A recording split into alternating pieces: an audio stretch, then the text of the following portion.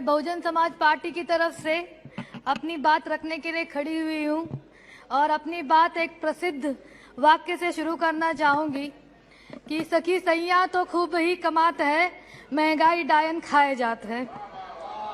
महंगाई की मार से आज हर वह व्यक्ति पीड़ित है जो आर्थिक रूप से कमजोर है।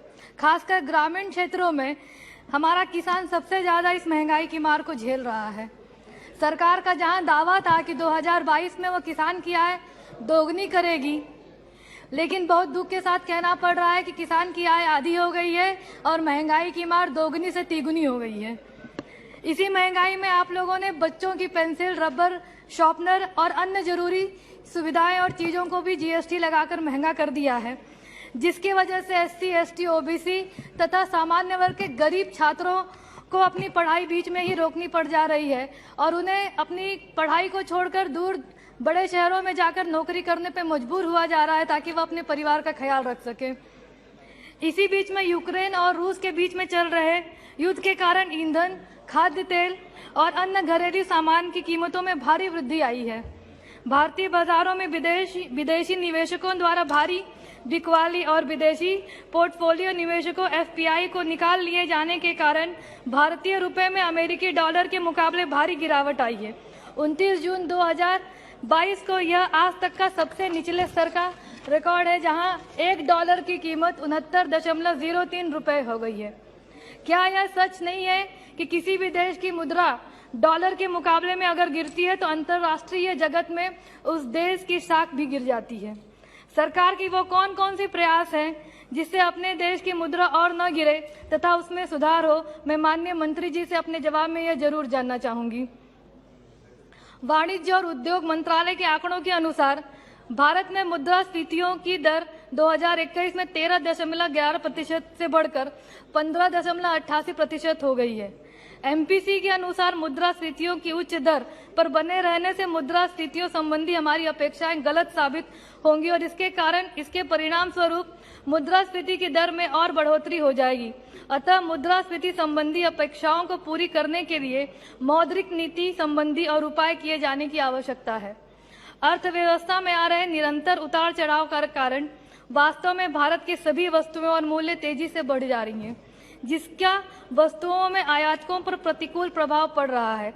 मार्च 2022 की शुरुआत में कच्चे तेल की कीमत $140 प्रति बैरल थी, जो कि 14 वर्षों में सबसे ज्यादा अधिक है, जिसके कारण भारत में पेट्रोल, डीजल, घरेलू गैस की कीमतों में भारी बढ़ोतरी आई है।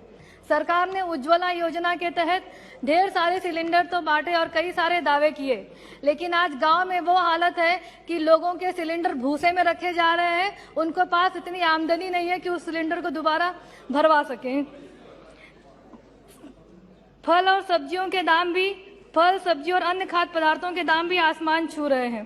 पहले ही बढ़ी हुई महंगाई से जनता त्राही हो रही है और जनता के हितों का ध्यान न रखकर दोबारा जीएसटी की दरों में सरकार ने वृद्धि की है, जिससे महंगाई की आग में और घी डालने का काम हो रहा है।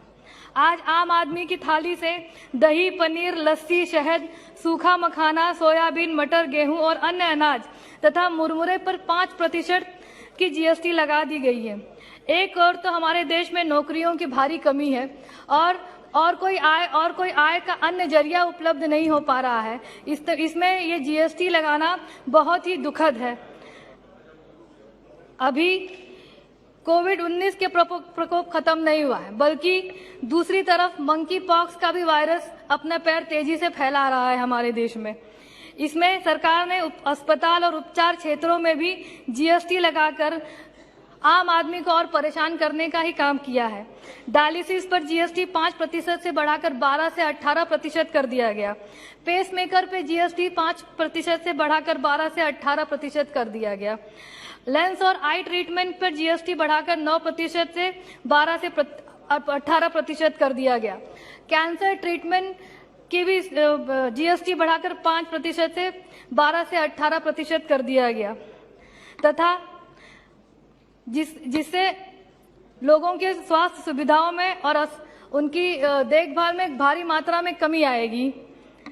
मैं माननीय मंत्री जी से ये अनुरोध करना चाहूंगी कि माननीय मंत्री जी मेरे बताए हुए बिंदुओं पर पुनः विचार करें और देश की गरीब, असहाय तथा आर्थिक रूप से दबे कुचले लोगों के हितों का ध्यान रखकर सभी क्षेत्रों में बढ़ी हुई जीएसटी दर को पुनः विचार करने का प्रयोग करें तथा पेट्रोल, डीजल, रसोई गैस तथा अन्य खाद्य पदार्थों पर लगाए गए दामों में कमी करें।